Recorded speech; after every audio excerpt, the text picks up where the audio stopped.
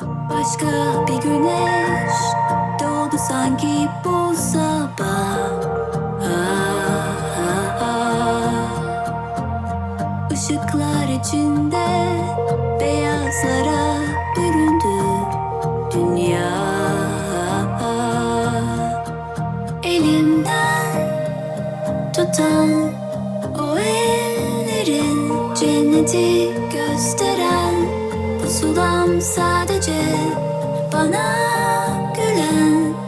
O gözlerin bir kelimeyle değişti hayat.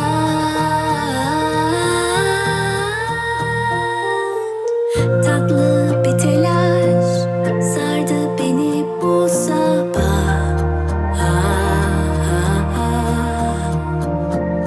Sanki akşamdan kalan güzel bir rüya.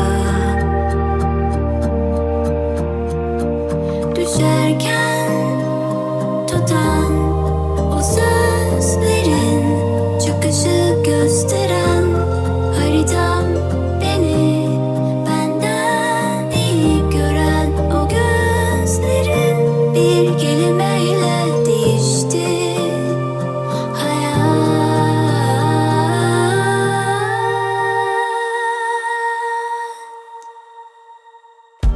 Melekler fısıldadı hakikati, göğsünde dinlenen kalbim senin.